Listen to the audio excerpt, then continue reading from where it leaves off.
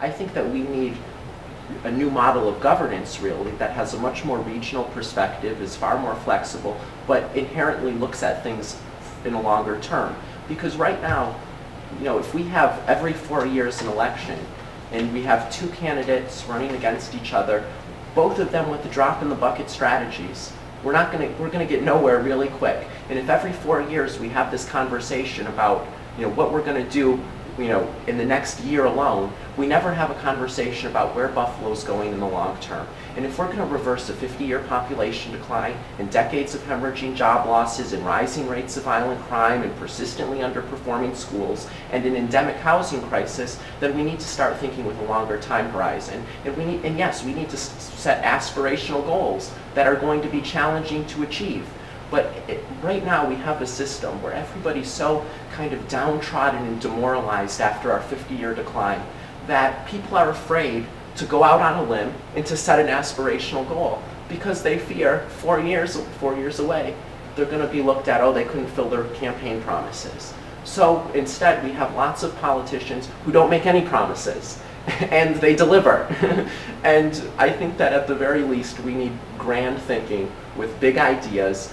And we need to believe that we can rebuild Buffalo. We need to believe that our best days are ahead of us, not behind us, and that we can rebuild this city better than it's ever been before.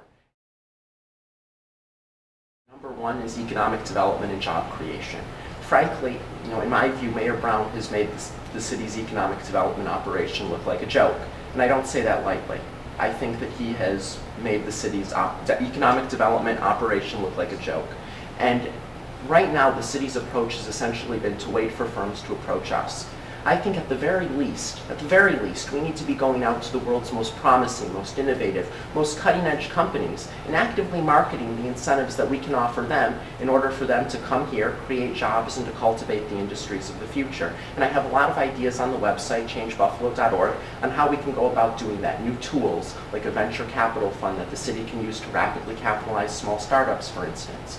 But that's the number one issue, is economic development and job creation. Number two is that we need to set up a much more robust intergovernmental affairs operation.